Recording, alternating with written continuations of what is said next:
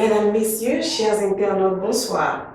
Ravi de vous retrouver en cette année nouvelle 2021 pour la suite de la mission Ciel News. Je rappelle que cette initiative a pour but de rapprocher le droit des usagers et des citoyens dans le cadre de la contribution citoyenne de CIELCA à l'avènement d'un monde meilleur pour tous. Durant les prochains mois, nous allons vous entretenir de l'actionnariat des sociétés et de la gouvernance de celles-ci. Cela dit, et avant d'entrer dans le vif du sujet de ce jour, sacrifions la tradition pour vous souhaiter nos bons vœux de bonheur, de paix, de santé et de succès continu dans vos entreprises. Pour vous appuyer donc dans ce sens, nous vous proposons pour cette première capsule de cette année nouvelle les clés de la coopération avec vos associés et actionnaires. Le pacte d'actionnaires en droit OADA. Bonsoir maître. Bonsoir Linda, bonsoir chers internautes. Je leur souhaite aussi mes vœux, les meilleurs pour cette année nouvelle. Merci maître, et c'est un plaisir de vous retrouver également sur ce plateau. Plaisir partagé. Alors dites-nous maître, qu'est-ce que le pacte d'actionnaires en droit OADA et à quoi sert-il? Alors Linda, tu me permettras, vu qu'on est dans le cadre d'une nouvelle année, mais également aussi dans un cadre nouveau, nous ne sommes pas dans le coup des CLK pour cette fois. On a souhaité changer de cadre pour la nouvelle année, cadre nouveau. Nous sommes dans le coup des Abidjan Business Park qui nous ont gracieusement offert, on va dire, le coup pour pouvoir faire ce tournage. Là, nous les en remercions. Et même si c'est de la publicité, ils le méritent amplement. Donc, merci Abidjan Business Park pour nous avoir accueillis ici. Alors, un pacte d'actionnaires, Linda, comme le terme pacte le dit, est un accord entre les associés ou les actionnaires d'une société. Tu me diras qu'il y a les statuts qui quand même régissent les relations entre les actionnaires et associés, mais je te répondrai que le pacte va régir la moindre des choses. Ce que les statuts n'ont pas prévu dans la relation entre actionnaires et associés, le pacte peut le prévoir. Voilà. D'accord. Alors maître, quelles sont les clauses essentielles que doit contenir un pacte d'actionnaires et quelle est en particulier sa force, notamment vis-à-vis des statuts en droit OADA? Très bien, ça c'est deux questions en une. Alors donc vous allez avoir deux bonbons pour le prix d'un seul. Alors, un pacte d'actionnaires comprend habituellement des clauses concernant la gouvernance de la société déjà. Comment est-ce que les actionnaires décident de gouverner la société, donc notamment des clauses sur la nomination du directeur général. Le pacte d'actionnaires peut par exemple dire que le directeur général est proposé par l'actionnaire A, étant entendu qu'il sera donc désigné par le conseil d'administration et l'actionnaire B devra suivre parce qu'il s'est entendu sur ça avec son actionnaire dans le pacte d'actionnaires. Au-delà de la question de la gouvernance, aussi le pacte d'actionnaires parle aussi de la question de l'augmentation du capital, par exemple, pour éviter des effets de dilution.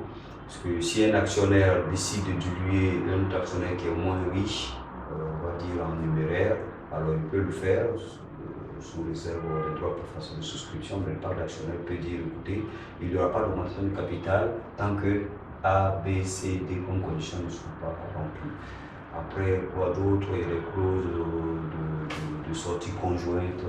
Je prends l'hypothèse d'un fonds d'investissement qui déciderait de racheter les actions de l'actionnaire B, alors que l'actionnaire A n'a pas une telle proposition. S'il y a une clause dans le pacte d'actionnaire qui dit que nous avons une sortie conjointe ou que nous devons avoir une sortie conjointe, alors l'actionnaire B, malgré l'offre mirobolante en millions de dollars qui est faite par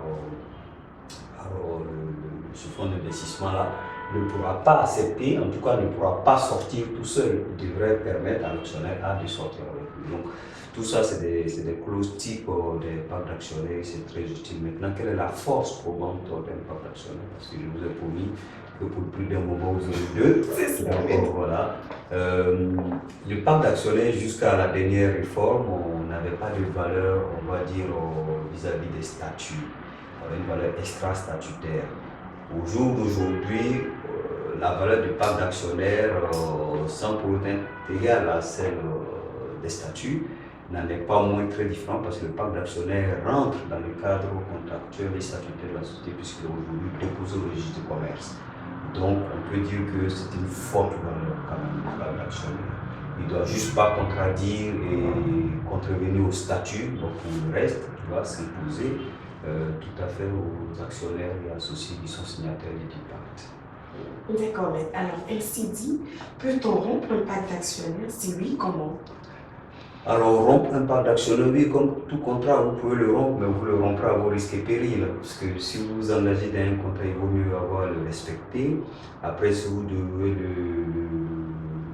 le rompre, il faut mieux que ce soit une rupture amiable convenue d'accord parties, mais si vous devez le faire unilatéralement, vous devez sanctionner par la loi. Après, il faut respecter le pacte d'actionnaire. Si vous ne le respectez pas, bon, le nom même parle suffisamment. On vous dit que c'est un pacte, c'est un accord assez fort, c'est un accord de gentleman. Si vous ne le respectez pas, vous aurez certainement une mauvaise réputation, on va dire, dans le microcosme des affaires, mais également votre associé aura la possibilité de vous contraindre à exécuter votre engagement, soit par des astreintes combinatoires ou par tout autre procédé. Mais en tout cas, il a le droit d'obtenir que vous fassiez cet accord d'engager dans le pacte. Donc, pour résumer, il ne faut pas rompre le pacte d'actionnaire tout seul dans son coin. Si vous n'êtes pas en mesure de faire face à vos engagements dans le pacte d'actionnaire, renégociez-le avec votre associé. Alors, ainsi dit, maître, quelles sanctions en cas de violation de pacte d'actionnaire selon le droit ouadanais, bien sûr, maître? La sanction, je crois que j'ai un peu mis la charrue avant le bœuf. Les choses sont tellement liées. Oui, c'est cela aussi la sanction. Un pacte d'actionnaire qui est violé par un des actionnaires co-signataires du pacte donne la possibilité à cet actionnaire-là de pouvoir contraindre son associé à respecter le pacte d'actionnaire.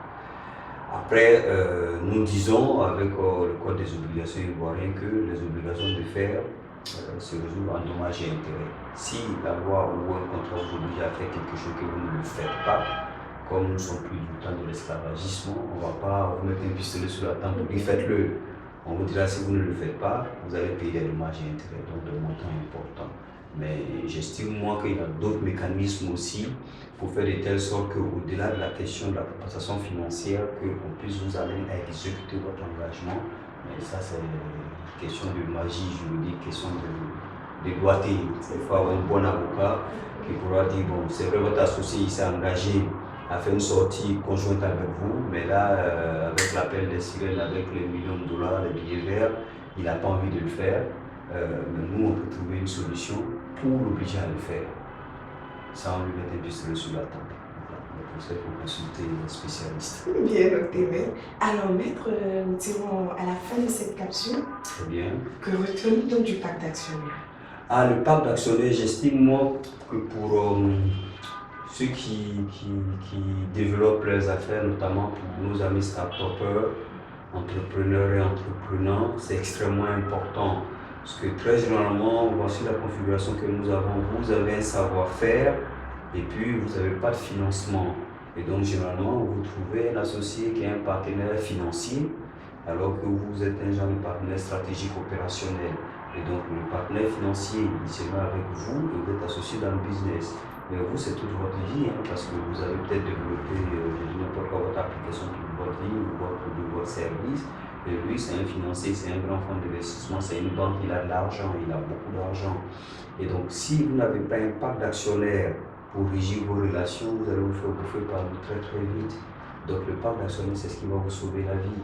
Ça vous permet de gérer la gouvernance de la société en amont, longtemps avant qu'il y ait des difficultés, mais également d'anticiper sur toute autre chose qui peut mettre en péril votre business ou votre position comme actionnaire.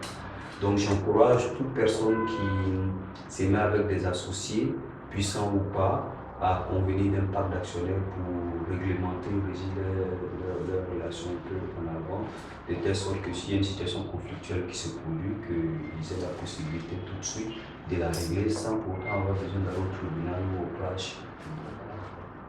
Alors, chers internautes, ce sera tout pour aujourd'hui. Nous vous donnons donc rendez-vous le 22 janvier prochain pour un tour d'horizon sur les droits et obligations de l'actionnaire en droit WADA. À très vite. Au revoir. Au revoir. À très bientôt.